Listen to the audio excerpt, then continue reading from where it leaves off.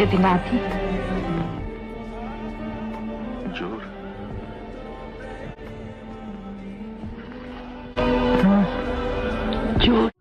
24 জুলাই আর কিছুদিন পরই চলচ্চিত্র জগৎ তো বটেই, তাছাড়াও সমস্ত মানুষকে এদিন যিনি চলে গেছিলেন, আজ তারই নানা অজানা কথা নিয়ে আপনাদের সামনে। সাবিত্রী তাকে প্রচণ্ড ভালোবেসেছিলেন, উত্তম কুমারও, কিন্তু ওই হয় না, অনেক ভালোবাসা পরিণতি পায় না, কারণ সেই জায়গায় যে অন্য কোনো নারী থাকে। সাবিত্রী কিন্তু কোনোদিন আর বিয়েই করলেন না। সাবিত্রী বলেছিলেন উত্তম কুমার ছিল আমার প্রথম ভালোবাসা, কিন্তু উত্তম কুমার নাকি তাকে বলতেন তুমি আমার গৌতমের থেকে কিছুটাই বয়সে বড়। যাই হোক, প্রেমে কিন্তু সাবিত্রী দেবী খুব কষ্ট পেয়েছিলেন।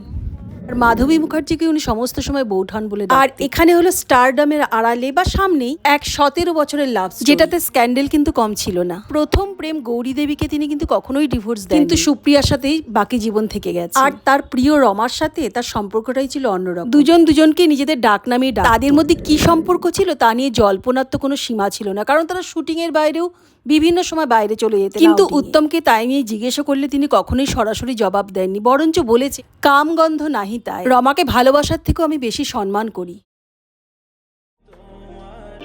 আপামর বাঙালির কাছে মহানায়ক বলতে তো একজনই, তার হঠাৎ চলে যাওয়া সবার কাছে বজ্রপাতের আঘাত এনেছিল। কিন্তু এর বাইরেও অজানা উত্তম বিষয়ে আজ অনেক কিছু বলবো, শেষ পর্যন্ত শুনতে থাকুন। আপনারা কি জানেন 1946-47 সালের সাম্প্রদায়িক সংঘর্ষের সময় উত্তম কুমার নিজেই একটি গান লিখে এবং সুর দিয়ে রাস্তায় ঘুরে ঘুরে গাইতেন। খুব ভালো তিনি গান গাইতেন বলেই বোধহয় গানের সাথে ঠোঁট মেলানোর ক্ষেত্রে উত্তম একদম অসাধারণ হয়ে উঠতেন। সঙ্গীতের দক্ষতা তার এতটাই ছিল, কিন্তু ছবির জগতে আমরা তার সঙ্গীত কণ্ঠ সেভাবে পেলাম না। কিন্তু তিনি যে ফিল্মে গান গাইতে চাইতেন সেটা তার লেখাই আছে, নিজেরই লিখিত একটি বই, হারিয়ে যাওয়া দিনগুলি মোড়। একটা জায়গায় গান গাওয়ার কথা নিয়ে তিনি বলেছেন, হায় তখন কি জানতাম যে আমাকে প্রযোজকরা কখনো ফিল্মে গান গাওয়ার সুযোগ দেবেন না। ক্যামেরার সামনে অপরের গাওয়া গানের সাথে ঠোঁট নাড়াই সার হবে। আর অদ্ভুতভাবে হেমন্ত মুখোপাধ্যায়ের সাথে তার গলার ছিল প্রচন্ড মিল। মহানায়কের জন্য বানানো এই পডকাস্টে তার জন্য আমার শ্রদ্ধা। এরকম নায়ক তো আমরা আর পেলাম না। তিনি যেখানে আছেন ভালো থাকুন। আর আপনাদের কাছে অনুরোধ থাকলো, যদি ভিডিওটা ভালো লাগে অবশ্যই সাবস্ক্রাইব করে সাথে আর পাশের বেল বাটনটাও প্রেস করে দেবেন। আপনারা সাথে থাকলে ভিডিও বানানোর উৎসাহ জাগে। উত্তম কুমার বরাবর ছিলেন খেলা পাগল। পাড়ার ক্লাবের হয়ে একসময় তিনি রাইট ব্যাক পজিশনে নিয়মিত ফুটবল খেলতেন। বক্সিংও শিখতেন ভবানী দাসের কাছে। এছাড়াও তিনি রোয়িং, টেনিস সমস্ত কিছুই করতেন। ভবানীপুর সুইমিং অ্যাসোসিয়েশনে তিনি নিয়মিত সাঁতার কাটতেন। আর ক্রিকেট তো খেলতেনই। আর প্রেমিক উত্তম, সেটা তো না বললেই না। তার স্ত্রী গৌরী দেবী তার প্রথম প্রেম হলেও তার জীবনে বহু প্রেম এসেছে।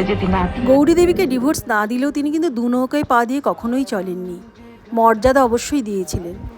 ভালোবাসার নিয়মিত এটা সম্মান। কোনো অজ্ঞাত কারণে তিনি সুপ্রিয়ার কাছে চলে আসলেও নিজের ফ্যামিলিকে কিন্তু কখনোই অবজ্ঞা করেননি। আবার 17 বছরের পুরনো প্রেম সুপ্রিয়াকে কিন্তু ফেলেও যাননি, উনি তাকেও কিন্তু বউই মনে করতেন। তাই কিন্তু আজও উনি মহানায়ক।